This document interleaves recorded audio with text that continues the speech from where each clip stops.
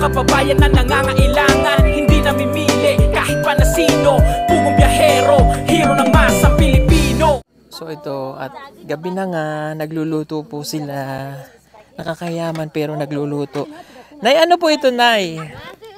Kanin? Ay, ang galing. Nilagyan ng? Dahon. Okay. Ito po. Kanin din yan. Ito po.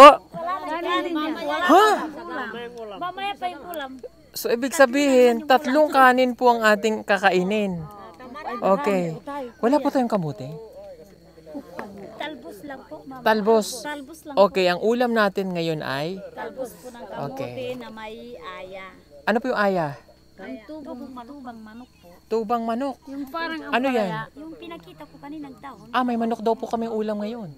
Yung ganito po. Ah, dahon pala yan. Okay. Sige. Sabi ng tubang manok. Ah, tubang manok. Para pong ampalaya. Palaya. Okay. So, Hindi masyadong mapait. hindi po yan masyadong mapait. Oo, yan. Hindi masyadong mapait yan. Ah, okay. lang palaya. Sige, ito, okay. Mamayang gabi dito po kami matutulog. So, saan po ang tulog nyo? Saan kayo matutulog? Ay, dyan po sa may lupa. Lagyan po namin ng dahon. Lupa, lalagyan ng dahon. Ayun naman. Ay, hindi. Diyan po kayo, may tent po kami. Ay, hindi naman. Opo, may tent po kami. Huwag po kayo matulog sa lupa. Bakit naman sa lupa? Ay, kami na lang matulog sa lupa. Kayong matulog sa ano. Hindi po. Ay, hindi. Magpagulong-gulong na tayong lahat dyan. Opo. Dyan na. Okay. Tabi na lang sa lupa. Diyan Okay. Kasi kaso lang, hindi pa nalagyan ng ano, yun ang Dahon. hindi dahon. Okay. Yung ano, So, ito po. Ano nga pong pangalan nyo? tisa, Tisa Luna? tisa kapwan. Tisa. Tisa. Nanay Tisa. Oh. Si ate. Janice. Si Janice. Si nanay. Lita. Lita. Ikaw po. Maria. Bambina po. Pambina. Lolita. Ikaw po. Jimmy Kandule. Kandule. Jimmy Kandule. Kandule. Okay. Alam niyo po ba yung kanduli sa Tagalog? Po, isda. Isda. So kung ganun, isa kang isda. Okay. Okay. Sino si Lolita? Ano ba yan? Ikaw. Ano nga pangalan mo, ate? Bambina po. Bambina. Buntis ka, ano? Okay. Pang-ilan mo na yan? Pang-lima po. Pang-5. Okay. Nag-aaral ba mga anak mo? Nag-aaral. Bunso pong kapatid. Kapatid mo siya? Oo. May kapatid ka pa dito? Yun ang bunso yung mister ko po, kuya. Ah, anak, nanay mo sila? Hindi. Ay, sige, sorry. Pamangkin ko sila. Ito may ano. Ah, okay. Kasi po magkakamukha sila eh. Sandali. Okay. Ito panganay ko. Panganay mo yan. Yung naiwan doon sa ano? Yung mister ko, kapatid ko. So sa madaling sabi, kayong lahat ay magkakamag-anak. Ayun. At dahil magkakamag-anak kayo, sino pinakamaguwang? Ay, pinakamatanda? Ikaw. Si nanay. Okay? Yung anak ko naman, 2 lalaki. Ah, o sige po. Nasaan po ang asawa nyo? Ako wala. Hindi na makalakad na nandun sa anak niya. Naggaganon na. Nagtukod-tukod na. Okay. So ito pong lupa na ito ay sa inyo po? Minana nyo sa mga ninuno nyo? Tatay. Tatay. Okay, kaya dito kayo nagtatanim. Kasi sobrang layo po nito, dito silang lahat nagtatanim. Okay, tinatanim nyo dito saging, luya, kamote. So yung luya yung binebenta po. Yung saging, binebenta rin. Yung mais, Ay, kinakain lang po namin. kinakain nyo po. Malayo na sa bayan yun eh. Kinakain lang po namin pag may laman na. Ang kamote. Kasi doon, mais. Mais. Okay. Ngayon, mayroon po tayong sinaing na bigas. Yung kamote, kung wala kayong bigas, yun din po yung pagkain nyo. So kaya ko po natanong kasi nga, sa dami po ng natulungan namin at napuntahan ng mga katutubo, usually talagang pagkain nyo ay kamote. At natikman ko po yung kamote nila, napakasarap. Ang tamis. Okay. Gaano po kaimportante sa inyo ang kamote? Kamote. mas importante po sa amin, nakatutulong po sa amin po yun. Okay. Mga unang ninuno. Kahit walang kainin na bigas. Naghalaga ng minuno namin yun eh. Okay. So kumbaga mawala na yung mga bigas na yan basta may kamote. Tama naman. Buhay na po Okay. At saka kahit kamote po yung kinakain nyo, huwag nyo po ikakahiya yun. Ha? Kasi yun po yun ang napakasarap at saka yun yung talagang pagkain natin. Ano po? Hindi namin kakahiya yung Tama, di ba? At saka wag po kayong mahihiya kung kayo ay isang katutubo dahil kayo po ay Pilipino. Ha? Kayo po yung mga original na tao dito sa Pilipinas. Wala pa po kami, yung iba, nandito na po yung mga katutubo. No? Kung ano po yung pinakain nyo, wag nyo po ikakahiya. Kung ano po yung kasuotan nyo, wag nyo ikakahiya. Kung ano po yung itsura ng buhok nyo, wag ikakahiya. Napakagaganda nyo po. kahit walang suklay. Ay, kahit walang suklay, Nay. Tinan mo ang buhok ni Nanay. Oh, Hindi nagsuklay na kinky. Kinky ang Naligo tawag. kanina. Nay, yung mga buhok na ganyan, hindi na talaga sinusuklay yan. Naligo kanina, hindi nagsuklay. Oh, mas maganda nga na yung hindi sinusuklay. Tsaka wag niyo po ikakahiya yung kulay ninyo. Di ba?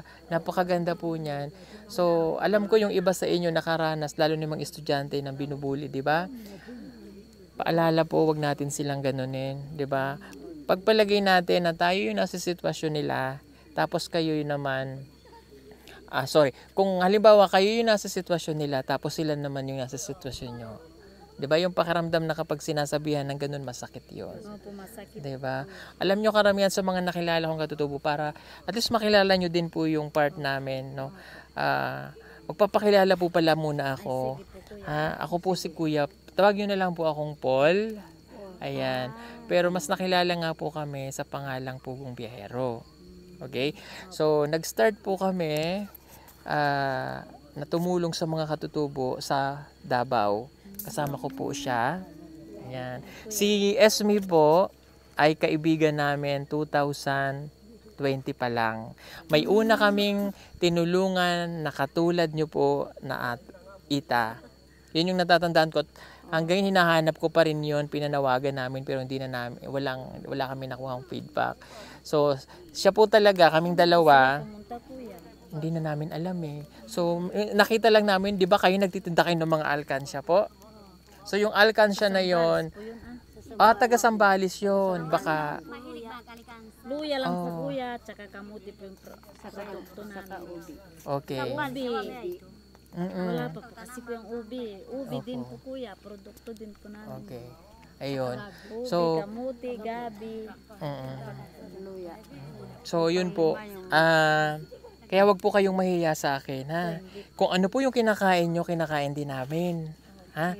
At sa totoo lang, sa tagal na namin, halos 2 taon na po akong tumutulong kami sa mga katutubo. Kaya, kung ano man po yung kainin natin ngayong gabi, wag nyo po ikakaya sa amin, ha? Kasi, ano po? Kaso lang bagong tinanim eh, kaya hindi tayo ba muna makain. Wala pong problema, ha? Kung ano lang yung mayroon. Opo, ayan. At dahil bago po kayo sa akin, kayong mga katutubo ay naita, ay ngayon ko lamang din po kayo talagang naka-encounter ng ganito, lalo na sa gabi, mararanasan ko kung paano kayo matulog, kung ano yung buhay na mayroon kayo dito. Kamusta po yung buhay nyo po dito?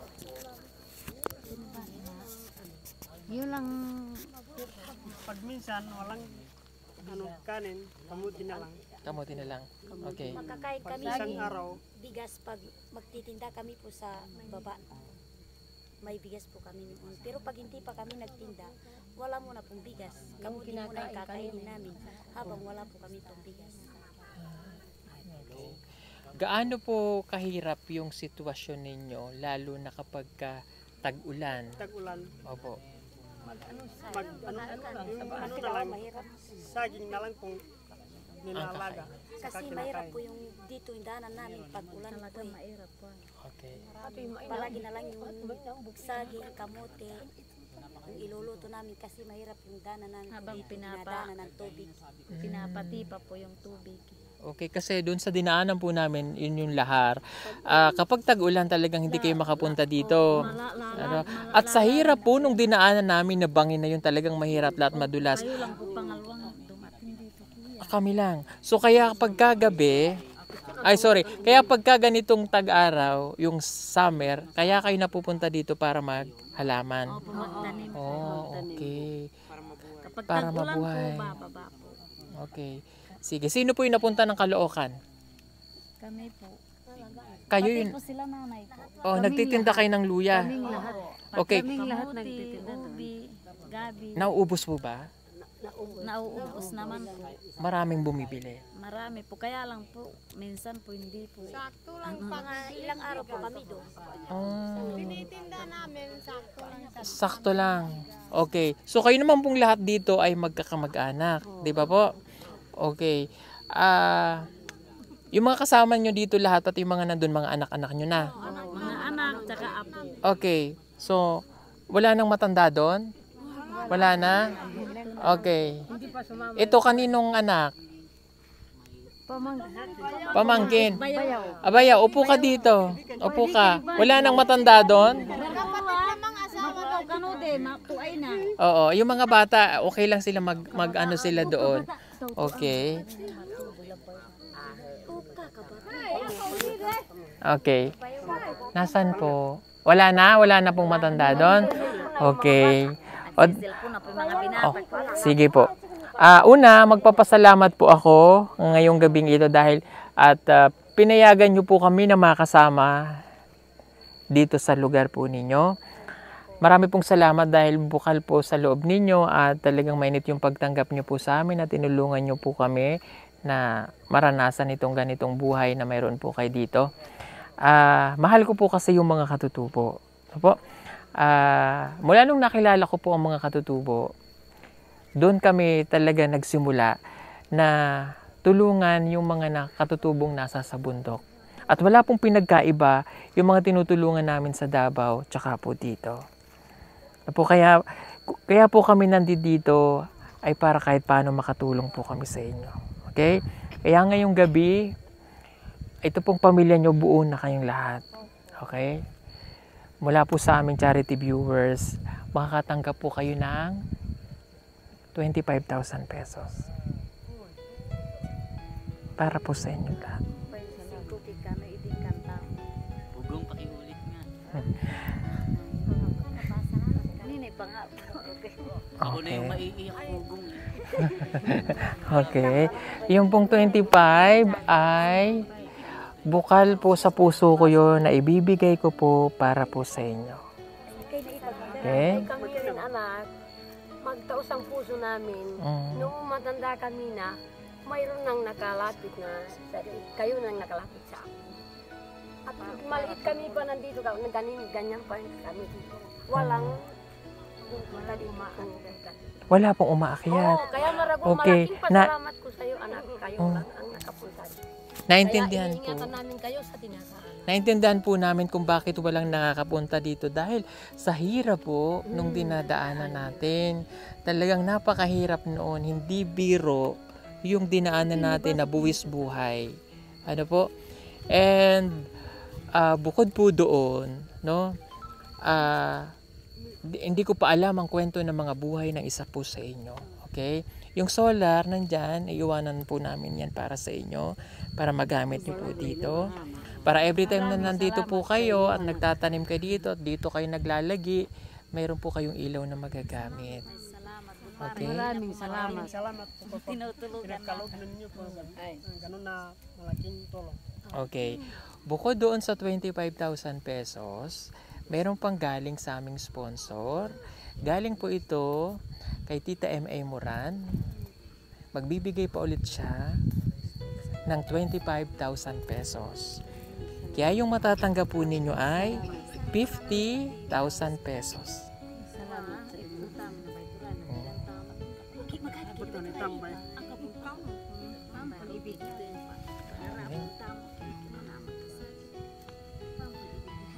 Para po sa inyo yun, ha? O sige po, Nay, ano po? Salamat sa Diyos. Kayo pong nakaakyat dito. Maraming salamat namin, anak, sa inyo. Walang nakaakyat yung unat dito, kayo lang. Matanda ko na, kayo lang nakaakyat dito. At maraming salamat namin sa inyo. Salamat din po. Oo. Sana kahit magmatanda kayo na malakas kayo pa. Kasi nakatulong kayo ng mahirap. Tulungan tayo ng Diyos. Tama po. Ano po? At alam nyo, kumbaga sa amin, no, yung pag-akyat namin dito, talagang mahirap din para sa akin. Dahil mayroon din kaming, kumbaga, hindi pa dapat ako babalik. Pero kapag naisip ko yung isang bagay na nakaplano at hindi ko ginawa, masakit para sa akin. Kaya dapat po nung nakaraan linggo pa kami umakyat. Kaya lang medyo may nangyari lang sa aking pamilya, kaya hindi po agad ako nakaakyat. Pero kapag may gusto po akong gawin talaga, gagawin po namin. At kaya kayo po ang naisip ko na puntahan dito dahil alam ko na kailangan niyo po ng tulong. Salamat po.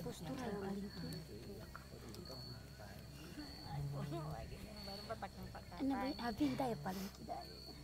Andiyan kita mo aso palingki. Gusto namin sana yung mga anak namin na mayroong sanang eskwela sa lapit sa bayan. Kasi marami mga apo ko hindi nag-aaral kasi mahirap naman ipunta doon sa isang baryo, malayo. Okay. So minsan talaga yun yung nagiging problema po nila, yung edukasyon.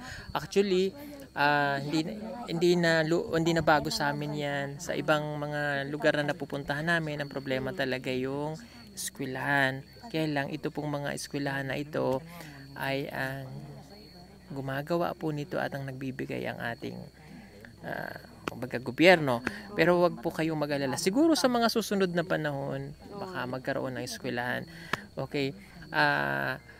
Kaya lang yung mga anak po ninyo, kung may malapit kayong mapupuntahan na talagang makakapag-aral ang mga bata, libre lang naman po sa public school, unahin po natin yung edukasyon.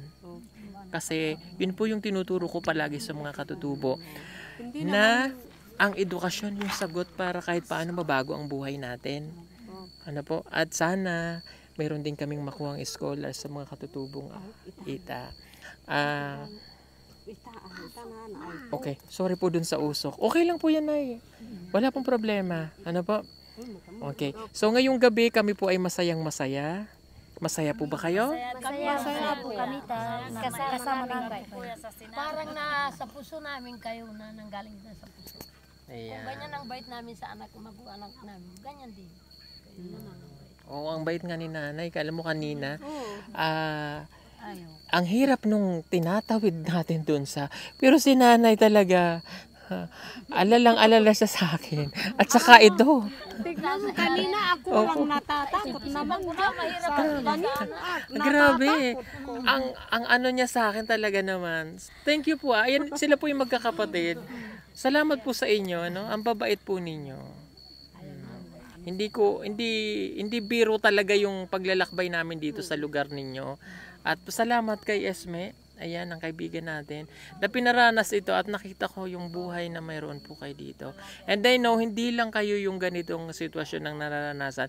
Marami pang mga katutubong ita na mahirap din ang buhay. And hoping na mapupuntahan at madadalaw din po namin sila. So ito yung unang pagkakataon na nakadaupang palad po namin kayo. Ang babait nyo po. Sobrang ang babait nila. Katulad din ng mga katutubo sa Mindanao. Ang babait ninyo. Marami pong salamat. Okay?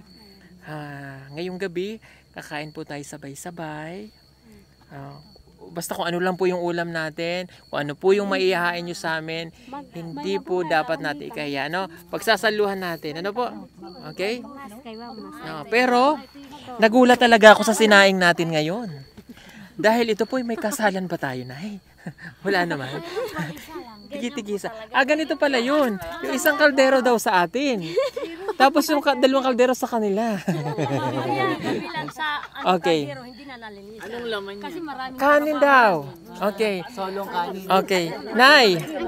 Okay. Sa bawat pinupuntahan ko pong katutubo, kailangan may na-adapt akong salita. Okay. Ngayong gabi, ano pong tawag sa inyo ng magandang gabi? Ano po?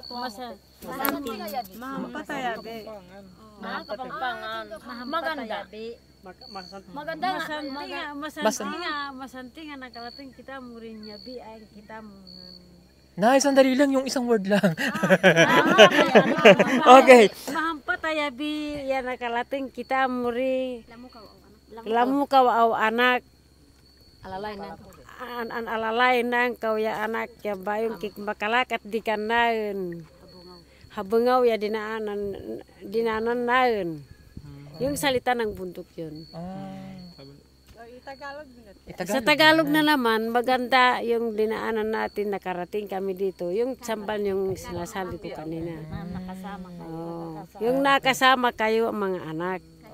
Nakarating dito sa bundok. Ayun. Okay. At bago din po, okay. Pagsalita naman ng bundok, masantingan nakalating kau ya anak. Nakalamunan hindi habundok.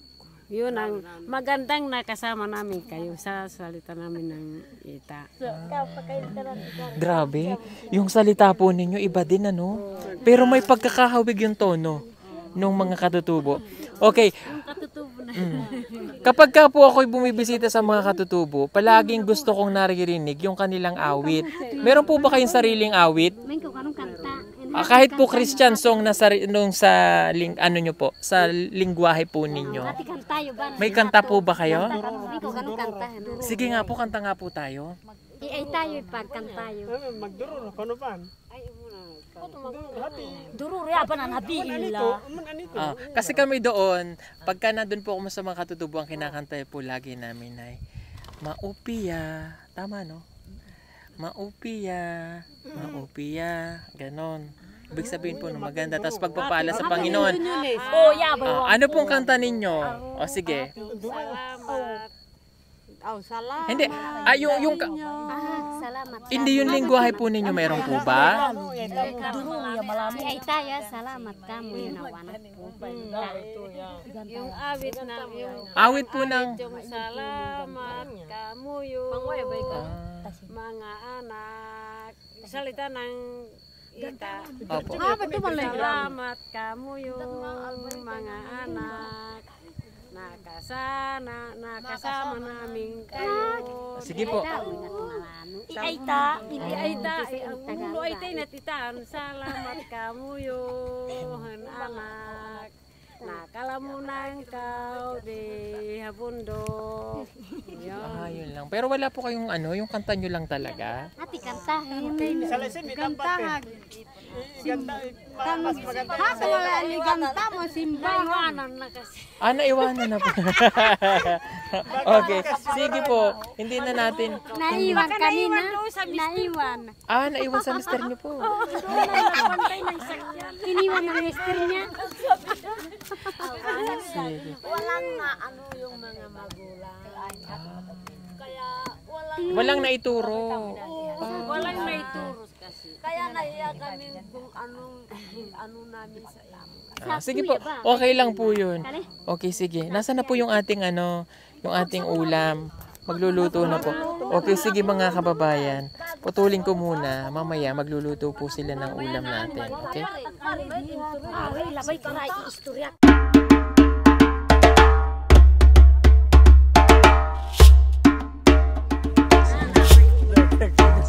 Ayun si nanay, mag-aano na ulit nung kanyang taba.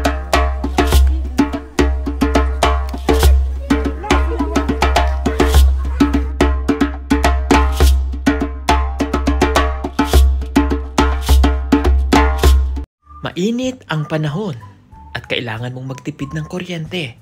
Huwag kang mag-alala dahil meron tayong solar stand fan. Pwede mo na itong gamitin gamit ang solar panel at pwede rin ito sa electric. Napakadali lamang nitong gamitin. Isaksak lamang ang cable ng solar panel sa stand pan.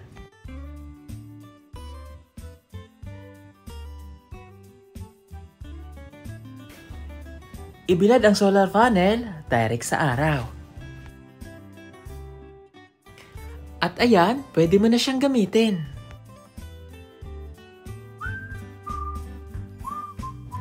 Napakaganda nitong solar stand pan na ito at napakatibay. Meron na rin siyang ilaw at pwede ka ritong mag-charge ng cellphone.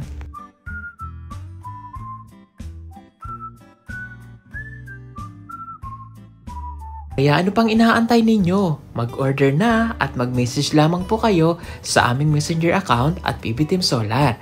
Sa bawat order po ninyo ay malaking tulong po sa ginagawang pagtulong ng PB Team. Maraming salamat po!